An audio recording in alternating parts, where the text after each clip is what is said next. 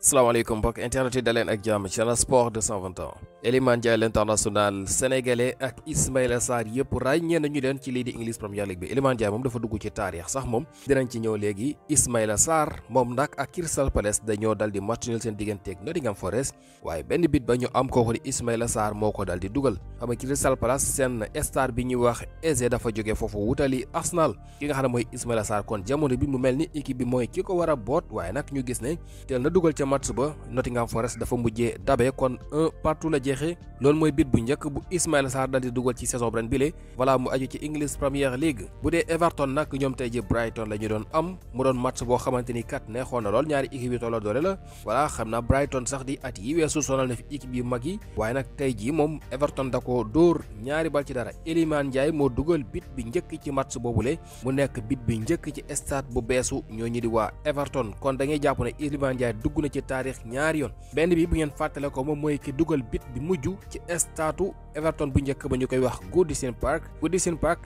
di stade Everton bi nga xam ne ca la ñu jógee bit bañ fa mujjee dugal Iliman Ndiaye l'international sénégalais moo ko dugal ci saison bii ñu weesu waaye nag bit bi nga xam ne moom la ñu njëkk a dugal ci seen stade bu bees bi Iliman Ndiaye mooy ki ko dugal voilà muy Hill Dickinson Stadium noonu la tudd kooku di Iliman Ndiaye moo ko dugal kon dafa dugg ci taarix ñaari yoon waa Everton sax ñu ngi koy feete mu nekk loo xamante ne kon Iliman Ndiaye lu jamono yàgg taarix de histoire dina ko dal di fàttaliku ndax stade bu njëkk ba di Goodison Park bu Everton stade bu njëkk ba ka fa mujjee dugal mooy Iliman Ndiaye stade bi it biñ ko sancee ki ci njëkk a dugal mooy Iliman Ndiaye loolu taarix du ko mos a fàtte kon moo ngi noonu waaye nag ñoom yemuñ ci benn bit boobu 2-2 la jogante ga jeexee voilà waaye nag Garner moo dal di dugal li nga xam ne mooy beneen bit bi ñaari passe yu jógee ci Jack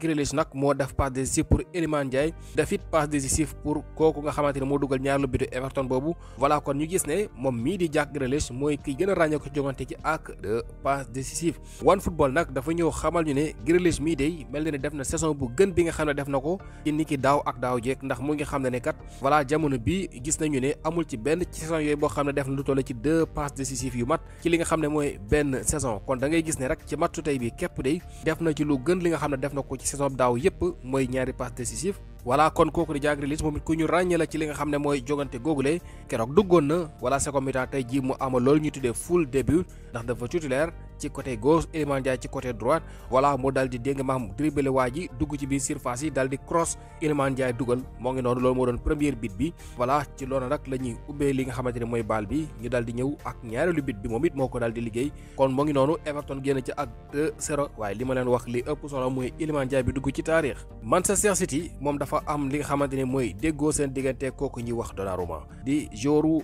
Paris Saint-Germain bi nga xam ne dañ koy pousse pour mu dem voilà moom kooku Donnarumma boobu ne nañu moom déggoo na ak Manchester City fi mu ne nii nag Paris Saint-Germain moom moo amagul li nga xam ne mooy cadre gu leer maanaam déggoo amagul seen diggante ak City ñoo ngay waxtaan ñaari club yi mais Donnarumma moom pare na fi mu ne nii voilà joxe na accord am ba noppi maanaam xëy na ci wàllum salaire rek ya ca aju yooyu yëpp xëy na déggoo nañu ca loolu ñu koy di xibaar yi xamal ñuy xool ba xam fi mu ne nii Paris Saint-Germain moo ci des bu ne waaw rek bu dal di dem signer li nga xam ne mooy contrat boobule kon moo ngi noonu Ederson nag moom ñu ngi koy pousse kii moom itam mu dem voilà loolu mooy li nga xam ne kay di xibaar daal dinañu koy xamal ci bëccëgu tey bile leneen loo xam ne mën nañ ko wax mooy Neymar dafa blessé voilà amatina gaañu te kayiti xibaar nag doon nañu xamal ne ñoo ngi ko doon xaar ci match Brésil war a amal ci bés yi la nga xamante mu ngi ci suñu kanam Carlo Ancelotti sax ñu ngi wax ne waroon na ko woo te moom fan yi la war a biral ab listam Neymar war caa bokk waaye nag ne nañu dafa amati gaañu ci poj bi nag la gaañu loolu nekk loo xamante ne fi mu ne nii njàqare la Neymar blessure boobu mu am fan la ko jëmee ak kañ lay wér amaguñ ci xibaar waaye li leer mooy am na blessure te xëy na li nga xam ne mooy jogante yi nga xam ne Brésil war na koo amal